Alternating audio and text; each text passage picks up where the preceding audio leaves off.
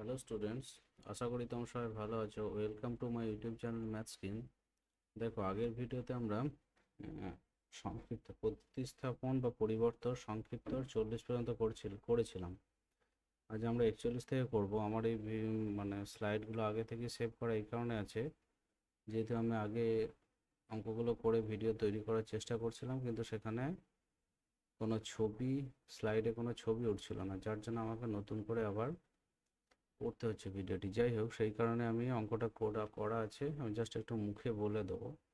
দেখো, 41-এর অঙ্কটা যেটা আছে, integration of dx by x square into root over of a square plus x square.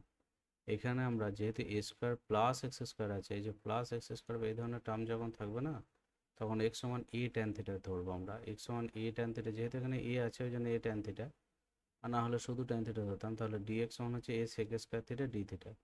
এইটা পুট করলে এখান থেকে ডিএক্স এর মান এটা আসছে, তাহলে ডিএক্স বসালাম, এক্স এর ভ্যালু বসালাম, এবং root over of a square plus যে মানটা আছে এক্স এর জায়গায় আমরা সেই মানটা এখানে বসাচ্ছি। তাতে করে তোমার দেখো, এটা সরলীকরণ করে পরের লাইনে এখানে a sec square theta d theta যেমন আছে রইলো। এই যে রুটের ভেতর থেকে এ স্কোয়ারটা এ হিসেবে বেরোলো, এই যে এ হিসেবে বেরোলো কেমন। এবং এই যে তোমার 1 প্লাস ট্যান স্কোয়ার থিটা, এটা আদতে ভেতরেই সেক স্কোয়ার থিটা থাকবে, এবার রুট থাকার জন্য জাস্ট সেক থিটা আসবে, সেক থিটা। ঠিক আছে, এবারে দেখো, এরপরে integration of sec theta d theta. আচ্ছা, এখানে যেটা হয়েছে, একটা সেক থিটা কাটাকাটি গেছে, হ্যাঁ, আর তার সাথে একটা এও কাটাকাটি গেছে, মানে একটা এ এখানে কাটাকাটি গেছে, আর একটা সেক থিটা এখানে কাটাকাটি গেছে কেমন। তাতে করে sec theta d theta by a square tan square theta এসছে। এবার এখানে এই যে যেটা করেছি আমি, দেখো, মানে অ্যাকচুয়াল আছে কি সেক থিটা বাই হচ্ছে ট্যান স্কোয়ার থিটা। এবার সেক থিটা মানে হচ্ছে 1/cos থিটা, আর ট্যান থিটা মানে হচ্ছে sine theta by cos theta কেমন। এখানে আচ্ছা, এটা কস স্কোয়ার গেল, তাহলে একটা কস এখানে কাটাকাটি যাবে, তাহলে ওভারঅল পড়ে রইলো, যেটাকে উল্টি আমি লিখতে পারি cos theta by sine square theta. এইটা আছে দেখো। এবার এইটার জন্য এখানে পরিষ্কার করে যেটা লেখা যায়, কোসেক থিটা ইন্টু, দেখো এইটা দেখো তোমরা চেষ্টা করো, কস বাই সাইন মানে হচ্ছে কট থিটা, আর একটা হচ্ছে 1/সাইন থিটা মানে হচ্ছে কোসেক থিটা কেমন। তো এরপরে -1/স্কোয়ার কোসেক থিটা প্লাস সি, -1/স্কোয়ার root over of x square plus square by x plus c আসবে। তো এখান থেকে মাইনাস এইসব কাণ্ড কারখানা করে কোসেক থিটা, আচ্ছা কোসেক থিটা কট থিটা কার ইন্টিগ্রেশন। দেখো, কোসেক থিটার ডেরিভেশন হচ্ছে কোসেক থিটা কট থিটা, কিন্তু একটা মাইনাস আছে, কোসেক থিটা ডেরিভেশনে একটা মাইনাস আছে, তাহলে ঘুরিয়ে ভাবলে কোসেক থিটা কট থিটার ইন্টিগ্রেশন হচ্ছে minus cosec theta cot theta, সেটা মাইনাসটা সামনে হলো।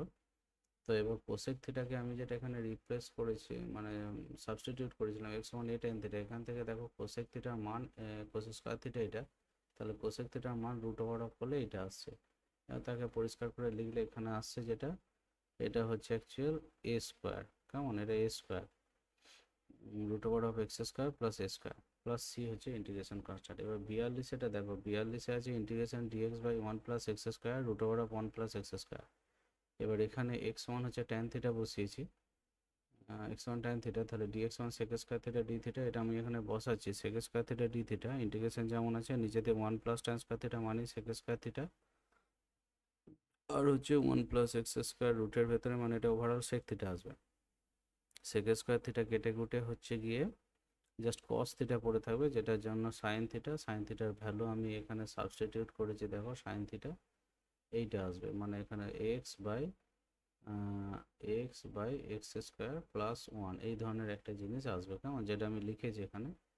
তো যাই হোক, এর পরের অঙ্কটা দেখো 43, এটা বলছে dx integration of dx by এটা আছে, এখানে যেহেতু 1 - এক্স স্কোয়ার, এক্স ওয়ান আমি সাইন থিটা পুট করেছি,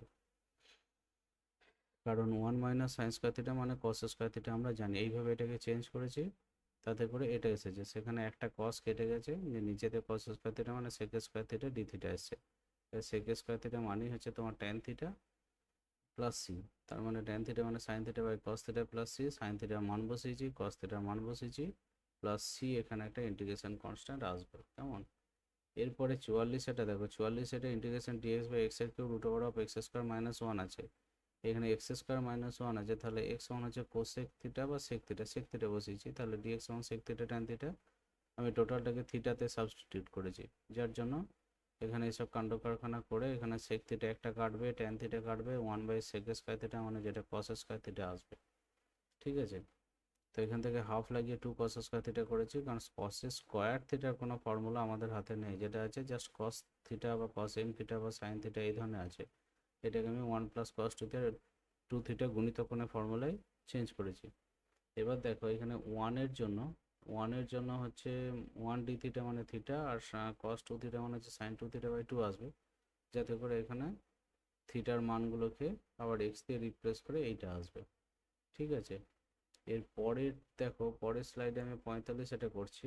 45 এটা কি আছে, dx integration dx by one minus x into root over of one minus x square, যথারীতি এখানে এক্স ওয়ান হচ্ছে সাইন থিটা বসিয়েছি, তাহলে যেটা আসছে dx ওয়ান হচ্ছে cos থিটা ডি থিটা, আমি এখানে লিখেছি দেখো পরে cos থিটা ডি থিটা, টোটালটাকে আমি থিটাতে কনভার্ট করেছি। এবার যেহেতু এখানে one minus sines one actual ব্যাপারটা কি এসেছিলো, আমি এই লাইনটা থেকে যেটা পাই,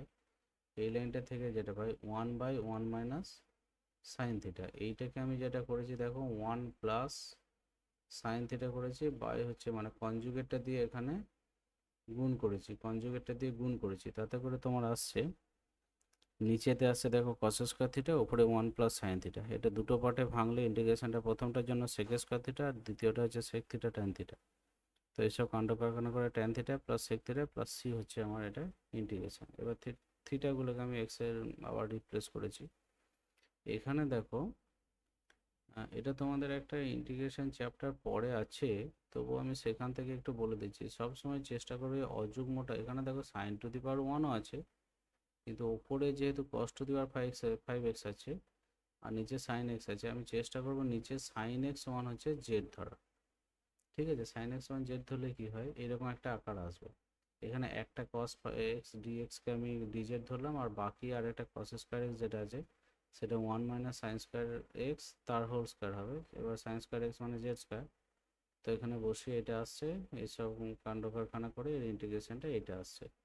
কেমন, এইটা হচ্ছে তোমাদের হয়ে গেল সংক্ষিপ্ত উত্তরধর্মীর 46 পর্যন্ত লাস্ট পরিবর্ত পদ্ধতি। এর পরের ভিডিওতে আমি দীর্ঘ উত্তরগুলো দেওয়ার চেষ্টা করব। যাই হোক, আমার এই ভিডিওটি ভালো লাগলে ভিডিওটিকে লাইক করে দিও এবং আমার চ্যানেলটিকে অবশ্যই সাবস্ক্রাইব করে দিও, যাতে আমি নতুন নতুন ভিডিও ছাড়তে উৎসাহিত হতে পারি। ওকে, থ্যাংক ইউ, ভালো থেকো সবাই।